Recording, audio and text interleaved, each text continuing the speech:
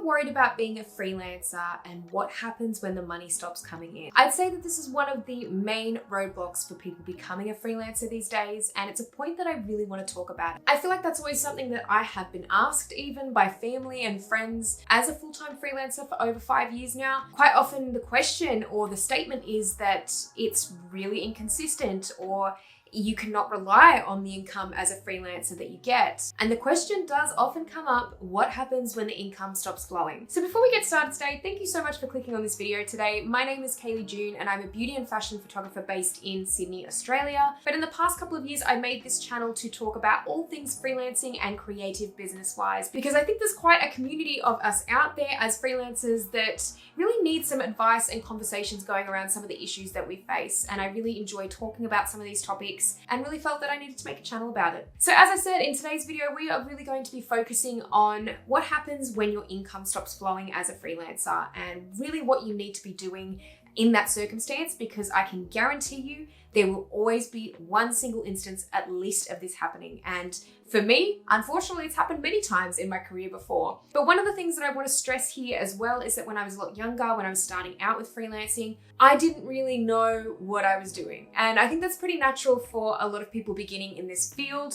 It is very difficult to get the information that you need to start. And unfortunately, for many years, I just did not do my research. I really didn't know what I needed to focus on in terms of keeping that money flowing. So quite often I was going like this, in and out of jobs, new jobs, and kind of going through the cycle of quitting those jobs, going back into freelancing, not getting enough money, income stops, and then we're back again into a new job. So it was not a great time in my life, I must admit, doing that so often. But I really want to talk about a couple of things today that can help you to avoid this and to make you feel a little bit more secure every time that this will pop up, and it will come up at some point, and to really stay calm in these moments and know what you have to do. So this is an important topic, especially in today's economy. So let's get started, and I'm going to go through some of these tips that I have on this topic. So the one thing that I really want to stress first off in this video is that you need to have a plan of action for when things like this arise in your career. And like I said, they will. They are guaranteed to arise, where maybe you might have a couple of weeks, you might have a full month where you have no income, you might have several months. So you need to be prepared for when this happens, and you need to have a plan of action and almost like a formula for getting back into earning money and really regenerating that income. Now, this is really going to be dependent on what you do as a creative freelancer. Everyone is different, so their formulas are going to be very different too. For me, it tends to look like something that I consider as a bit of downtime for myself, but also using this time to my advantage as well. So I quite often do complain when I'm swamped with work, when I'm very busy and I just don't have time for anything else. Quite often I won't have time for content creation when I'm working on big client projects and things like that.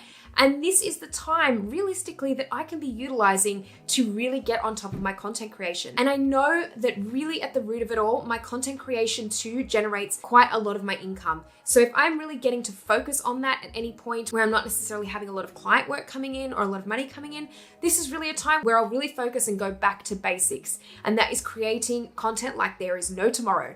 And that is my plan usually. That is my initial formula for working things out again, is to really create as much content as I can. Really think of this time as your golden opportunity to get things done that you otherwise wouldn't. But make sure you find a tried and tested formula of how to generate income when you are at your lowest point with an income, because this will really forever help you stay on track of things and really help you keep your calm in those moments where you are feeling like you're not getting enough income. It's going to be hard to pay the bills on any particular month. It really will help you to keep your calm.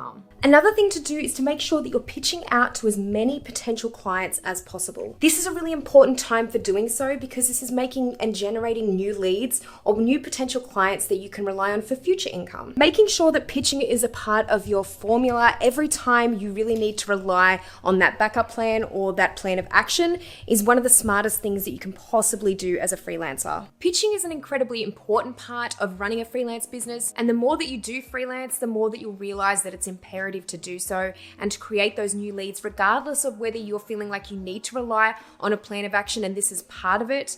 This is not only something that you should be doing when you get to the point of not earning any income, this is something you should be doing regularly throughout the year. Having said that, this is a perfect opportunity to really make as many new leads as possible and hopefully in return for future income. Also, finding any new income streams that really fit in line with your business, whether they're 100% part of your business or not, any income stream that you can generate during this time is going to be beneficial. Also, another tip is to cut back on expenses if need be. I don't usually recommend doing this as your first part of the plan of action here. I really feel like there's other things that you can be doing before you have to cut back on expenses, but I understand that for some people this may be something that they have to do, and I understand for some people that it's something that they may not be able to do. They've already cut down as many expenses as possible and it's really not an option. So I can understand either way. But one thing I would do before even getting in this situation at all is to create an emergency fund. And I would say do this sooner rather than later. Even before you've started freelancing or made the transition,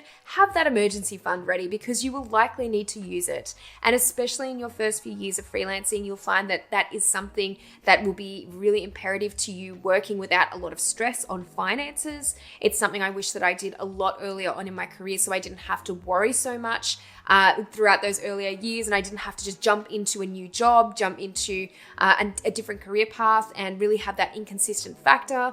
I wish that I had have done that, but I know now in hindsight that it's a really smart thing to do. It's really going to help with security within your own freelance business as well. But one thing I would recommend with all of the things I've talked today in this video about is to make sure that you're doing these things throughout the year as it is. Don't wait for those moments where your income is really faltering and you're not having any money coming in, because that's when things can get a little bit more stressful. As I said, they're bound to happen. Those instances throughout your earlier years especially, it's bound to happen at some point. And I think that some of these tips today can really help you along with that in that situation. But some of these tips can really be used in a preventative sense as well. So you don't have to get to that point of having zero money and feel like you need to hustle every minute and for every cent during that time of not having a lot of income. So make sure you do kind of use these as kind of like a prevention, not necessarily a cure kind of aspect. But if you do find yourself in that position, I hope you take some of these tips away from this video today and I hope they become helpful for you. So thank you guys so much for watching this video today. If you liked it, please give it a thumbs up. And if you have any tips for freelancing or what you like to do to kind of avoid this no income kind of slow period of time during your freelancing, please let me know in the comment section below. I'm sure there's a lot of people that would like to know any extra tips for this. And thank you guys so much for watching this video. I will see you in the next one. Bye.